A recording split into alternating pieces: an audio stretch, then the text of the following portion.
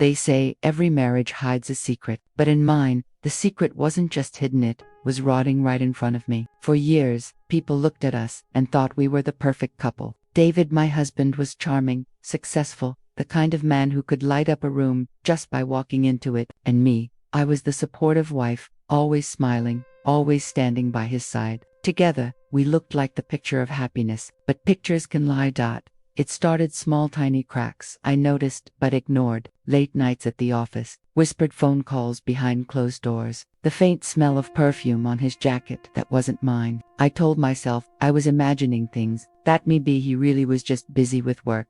Maybe I was being paranoid, but deep down, in the pit of my stomach, I knew he was betraying me. And betrayal, oh, it cuts deeper than any knife.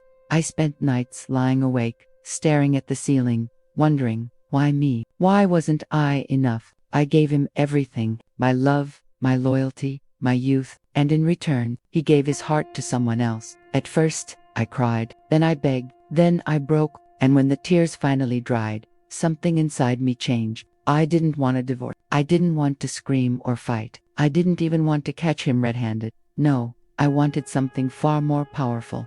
I wanted the truth to spill from his own lips. And I wanted him to suffer for every single lie he fed me. That's when the plan began to form. Not all at once, slowly, carefully, like poison creeping through veins. You see, David loved food. He trusted me in the kitchen. Every dinner I served, he ate without question. And that would become my weapon. But I wasn't reckless. I wasn't stupid. This wasn't about hurting him quickly. It was about breaking him slowly, piece by piece, until the guilt, the fear, the sickness, all of it, forced him to confess. Because sometimes, the sweetest revenge isn't destroying someone's body, it's destroying their pride. And my husband, his pride was the only thing he truly loved more than himself. So I sharpened my smile, put on my apron, and began cooking meals with a secret ingredient, not enough to destroy him, just enough to weaken him, to make him question his health, his mind, his own control. And all the while, I watched, I waited.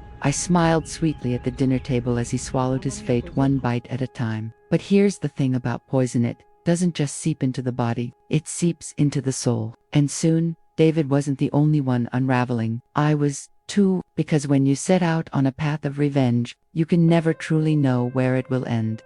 For months, the cracks in our life were like hairlines too fine to notice, unless you looked closely, unless you wanted to see them. It began with the little things. A calendar invite, a coffee cup was left on the counter with lipstick that didn't match mine, a text that he would glance at and then tuck away like contraband. When you love someone, you make excuses for them. You become an expert at rewriting reality so it fits the story you want to believe. I told myself those excuses 1,000 times. He's under pressure. He's tired. It's nothing. I wore those sentences like armor, but armor does not heal the bruise beneath it. One Tuesday night, he came home later than usual. The house was quiet, but I could hear his voice on the phone in the conspiratorial, the kind of voice people use when they're hiding something sacred from the person who loves them. He laughed in a way that was different with me, lighter, uncontrolled, like a sound saved for someone else. My heart flattened. I didn't confront him. Some part of me still wanted the story where we made it through. Instead, I started watching.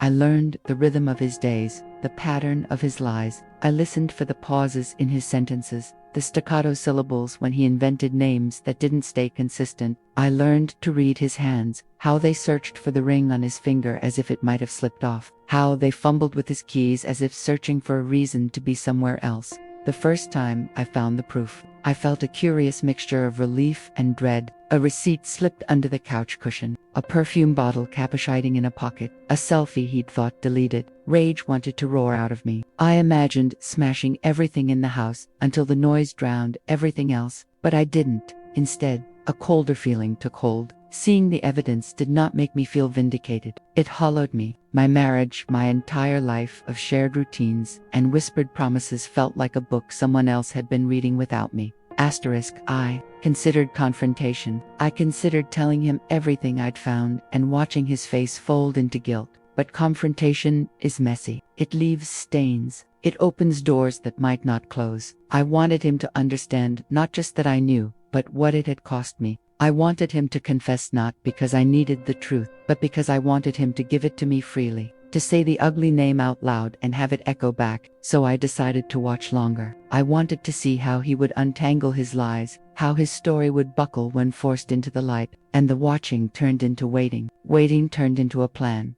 I learned her name the way you learn a poison's nickname, calmly, with the dread of someone who knows what's coming but still reads every label. Her name was casual, like a laugh between two people who had discovered a secret. They had places where they met, cafes with late hours. A hotel lounge he claimed was for work conversations.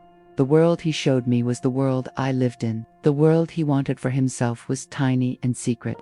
And it belonged to her. I drove past the office he claimed required late nights. I sat in the car, under the streetlight, and watched him emerge into the damp evening with a woman laughing at his side. She wasn't grotesque or monstrous. She was ordinary, frighteningly ordinary in a way that stung like betrayal. People imagine the other woman as a movie villain, but real life prefers small, human things, a hand on an arm, a private joke, the tilt of a head in sunlight.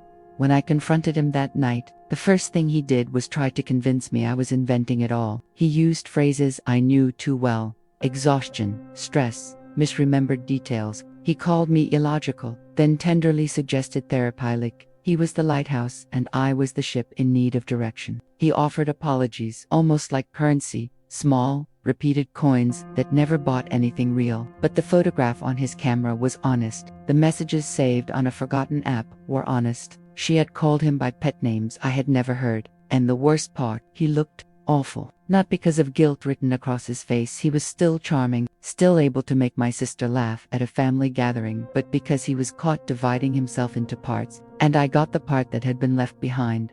That night was a wound. We sat across from each other at the kitchen table, the light humming above us, and he tried to tell me it didn't mean anything. He said it was a mistake. He said he loved me. His voice cracked like a violin string. I wanted to believe him, but I could no longer reconcile the man who told me he loved me with the man who found tenderness somewhere else. So I did what people who've been betrayed often do when all other choices feel wrong.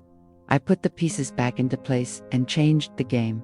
You need to understand, there are two kinds of fury. There is the hot, immediate kind that screams and breaks things, and there is the slow, patient kind that builds into something colder and more precise. I chose the second. Not because I liked scheming, God, I didn't, but because I wanted him to feel what I had felt. The erosion of trust, the humiliation of being reduced to a liar by your own conscience. I wanted the truth to become his bedrock, not something I handed him like a verdict. So I began to orchestrate, not with weapons or glamour, not with cinematic theatrics, but with timing and observation. I watched his habits, cataloged his comforts. I learned what made him confident and, more importantly, what made him vulnerable. Preparation was lonely work. I flitted through rooms with the quietness of someone living two lives. I smiled at him and hid the tempest. I kept a schedule of meals, appointments, weekends away, and the routines that we both took for granted. Each event became a note in a song that would crescendo slowly. My why was simple. I wanted him to confess, not for the satisfaction of entrapment, but because I believed that when someone names their wrong, they have to reckon with it. I wanted him to look me in the eye and say the words so they would no longer be murmurings behind locked doors. Sometimes, revenge wears the mask of justice. Other times, it's only grief, pretending to be righteous. I don't pretend my motives were pure. They were messy, human, riddled with pain, but they were mine. The first time he complained of a sickness, he rubbed his forehead and blamed long hours and bad takeout. He laughed it off at breakfast, a small, brittle sound, but he came home that night with a hand pressed to his gut and an apology he didn't offer me, the apology he offered himself. For being unlike the man he wanted to be, he started missing meetings. He started asking me to rearrange plans we had made together because he felt off. He began double-checking his calendar and calling his doctor with questions I could hear through the study door. Each new symptom was a tiny erosion of his confidence, a pebble shoved into his foundation. The scary thing about watching someone fall apart quietly is how intimate it is. I watched him in the shower, rinsing away what he thought were stains that no one had seen. I watched him fold into the couch like someone sinking into quicksand. I watched him stare at his reflection in the mirror, tracing lines he had never noticed before, wondering if someone had changed the picture while he blinked. You might imagine I felt triumphant. And in the beginning, I did an ugly, private grin that lived behind my teeth. but triumph faded faster than I expected. It was replaced by an emptier thing, the realization that I was changing into someone who did not understand herself. He became paranoid. He asked if I was taking pictures of him when he slept. He accused his colleagues of plotting against him. He started to misplace things more often, then apologized for his messes with a self-loathing I had never seen. And yet, every time he blamed the world, he came back to me like a moth to a flame. He needed me to be the one who soothed him, to hand him the cup of tea that would make him sleep. He needed me because I was still the person he had built a life with. That reliance cut deep. It's one thing to know you were betrayed. It's worse to watch the person who betrayed you cling to you like a life raft. I fed him comfort. I wiped his brow. I whispered the same words I had whispered for years, all while watching him break under the weight of his own deceit. He accused himself of being absent. I told him he was exhausted. He called me worried and tender. I answered with staged calm. There were nights when he'd wake up shaking, convinced the world was closing in. I would hold him while he ranted about non-existent illnesses and phantom calls. He would ask me if I had been on his phone. I would say no, and I would mean it in the way an actor means it fully, with conviction, because part of the game was to keep him to let him question his own memories until he could no longer tell the difference between what he had done and what he had imagined. The psychological strain was mutual. I saw how fear made his muscles twitch. I watched how suspicion bent him into an unfamiliar shape, but I also watched the confession take its small steps closer. You don't get a shout of truth in these moments. You get whimpers. You get late nights where someone sits awake and realizes there is no easy way back. I played the doting, worried spouse who knew how fragile he was. I comforted him as he tore open his own mind. I listened as he mumbled apologies into the darkness. Apologies that never included the word cheating. There's a part of revenge that thinks the end justifies the means. There's another part that looks at a person collapse and knows there was a time when you wanted to get them back, to help them, to forgive them. Those colliding impulses tore me up. I was a mother and a judge and a conspirator in the same body. I won't lie. There were moments when I reveled. There were nights when I would lie awake smiling because I imagined the moment he would finally name his sin, but the triumph was dampened by a heavier fear. Not for what I had done exactly, but for the fact that I had become someone who had decided to fix a betrayal with another betrayal. Wordless things began to happen. A friend noticed he had lost weight. A neighbor asked if David was well, and he waved them off, embarrassed. At dinner parties, he laughed more loudly than necessary, as if volume could drown the hum in his head. The people around us watched him unravel without fully understanding the cause. To them, we were still the couple who hosted barbecues, the ones with the perfect garden. Social masks are heavy, and for a while I wore mine with artful care. But the cracks showed through at odd moments, a missed birthday call, an awkward silence when someone mentioned fidelity or trust, a mention of a promotion he never pursued. As he weakened, he became erratic in the smallest ways. He forgot names. He misplaced items he had carried for years. He started to write notes to himself on sticky pads and taped them to the bathroom mirror as if searching for a version of himself that he feared was slipping away. Those notes were my dagger and my prayer, because in them I read the man he had been and a man I no longer recognized. At work, he missed a presentation. He fumbled a report. Rumors began to circulate, the kind that circles begin to do when a pack notices blood in the water. He started to doubt his competence, his place, and when someone begins to doubt himself, the world responds with a coldness that strips you bare. Those were the moments I thought most about the endgame. If I had wanted to destroy him beyond repair, the town would have watched his collapse with theatrical relish. But I didn't want that. I wanted his admission. I wanted him to be the one to look me in the face and say the truth. I wanted the words to have weight, to be his own, not a performance under pressure from an external accusation. It happened on a night that looked like any other. The house was quiet, the rain whispering against the windows. I had set the table with the same care I always did. He sat across from me, pale and restless, picking at his food like a man who no longer trusted the taste of his own life. He looked smaller than I had ever seen him, his shoulders hunched, his hands trembled slightly as he reached for his glass. His once confident voice cracked when he tried to ask me about the day. And then, he broke. He put his fork down, leaned back in his chair, and exhaled like someone holding years of weight. His eyes searched mine, desperate, hollow. "I can't do this anymore," he whispered. I tilted my head, feigning confusion. "Do what?" He gripped the edge of the table, knuckles white. "Lie to you."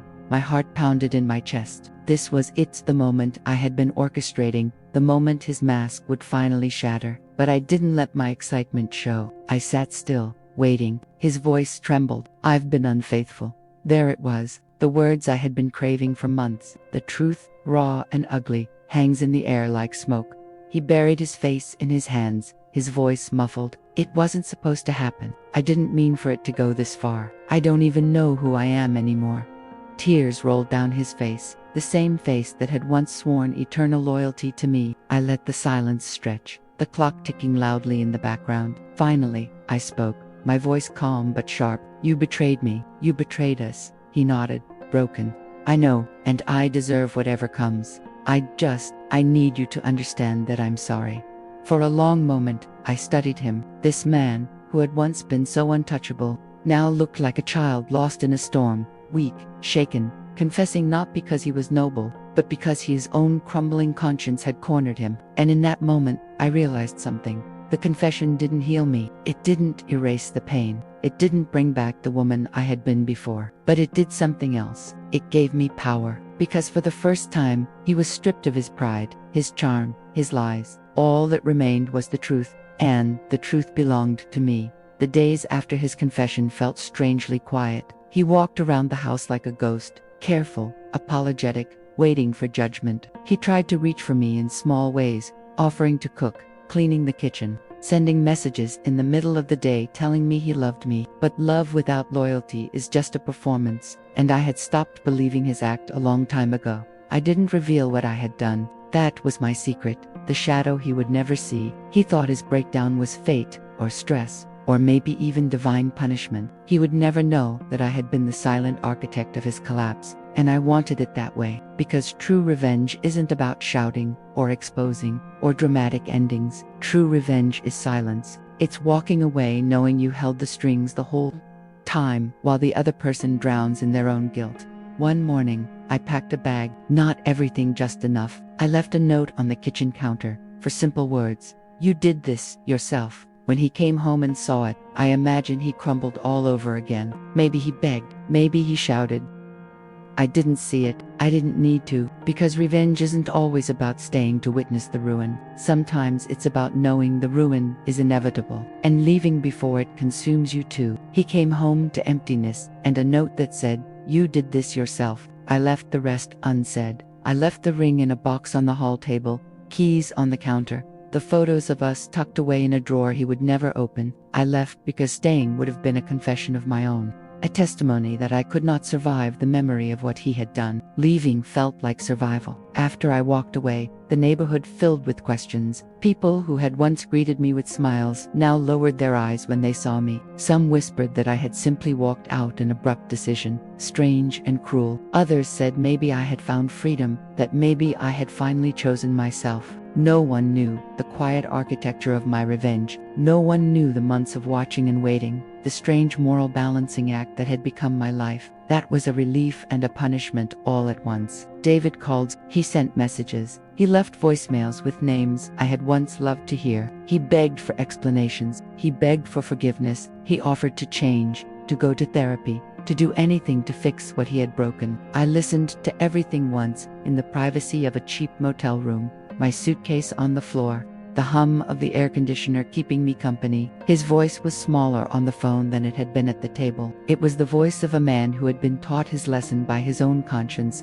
but his apologies never asked the right question. He never said, "How could I have been so cruel?" He never asked what he had taken from me, besides my marriage. He never named the nights I sat awake, the humiliation of biting my tongue, the years of pretending. His sorrow was focused inward, on the loss of the life he thought he could keep. It was not a sorrow for me, it was a sorrow for himself. In the weeks that followed, rumors swirled. Some people picked sides, others stepped back, unwilling to be in the middle of a private catastrophe. I watched from afar as the man who had once been my center stumbled through apologies and explanations, trying to stitch his life together with the same hands that had ripped it apart. The community watched, as communities always do, hungry for a simple ending to a complicated story. They wanted villains and martyrs, neat endings with lessons wrapped in ribbon. Life rarely gives those. For a long time after, I told myself I had done the right thing, that he deserved to feel the weight of his betrayal, that forcing him to confront himself was a form of justice. I clung to that idea like a talisman when the nights came and my chest felt hollow. But other nights, quieter ones, a different truth came through. Revenge changes you. It does not sit neatly on the other person's shoulders. It moves into your own bones, rearranges your memories, and makes you question who you were before the hurt. I had wanted him to confess, to say the name, to put the lie into language. He did that. He crumbled in front of me and said the words that had been echoing in my head. Hearing them should have fixed everything. It didn't. Confession is a beginning, not a cure. It gave me power in the moment, yes, but it did not return the nights I spent biting back questions, the birthdays that had been dulled by suspicion, the small betrayals that had accumulated until they were enough to sink a marriage. And yet, walking away brought a strange kind of clarity. There's a purity in leaving a terrible place and refusing to let it define the rest of your life. I found a room in a city I had visited once, a small apartment with a window that looked at rooftops and distant trains. I found work that paid enough, and a library card that became my companion. I learned to cook for one. I learned what it felt like to sleep without listening for the creak of the door. I learned that my laughter could be mine again, thin at first, then deeper, like sunlight through leaves. People ask if I ever considered revenge in other shapes, if I ever thought of exposing him to the world, of shaming him publicly, of making sure everyone knew his sins. The answer is no. There's a cruelty in spectacle that I wanted no part of. My act was not about display. It was private, bitter, and solitary, and it cost me as much as it cost him. In the end, I chose silence because silence is its own kind of sentence. It allows the offending person to sit with what they did, and it allows you, if you choose, to step away and rebuild. Time did what it always does. It blurred edges. The sharpness of the betrayal softened. Memories that once burned bright turned sepia, then gray. I thought about him sometimes with pity, sometimes with anger, sometimes with a blankness that surprised me. I thought about the other woman and wondered about the choices that had led to ordinary people too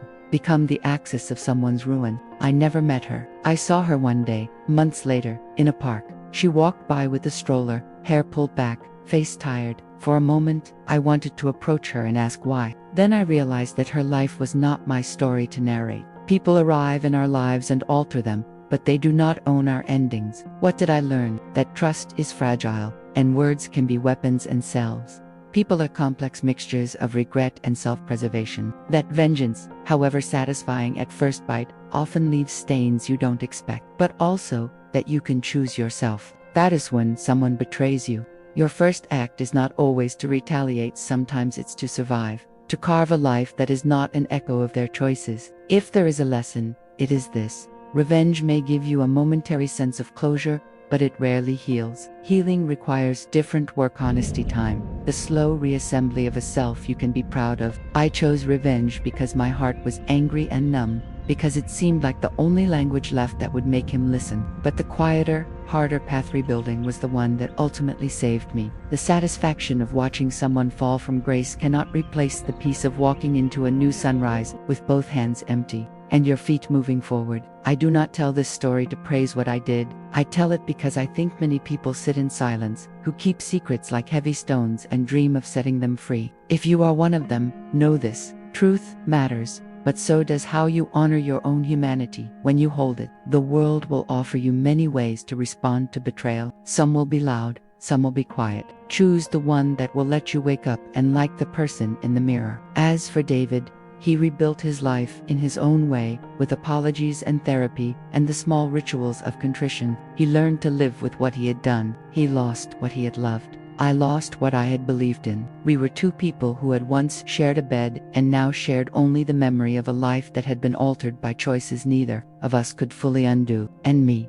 I learned how to be alone without feeling empty. I learned how to laugh without forcing it. I learned the hard truth that some stories don't end with justice handed down like a verdict, but with two people walking away carrying their own lessons. Sometimes, revenge is a teacher that shows you who you are when you are most broken. Sometimes, leaving is salvation. The two are not the same, and only you can decide which is the path that will let you live again. So if you ever find yourself standing at the edge of fury, remember this. The sweetest justice is not always the loudest. Sometimes it is simple, quietly stepping out of a life that hurts you and choosing, with a trembling but steady heart, to build something new.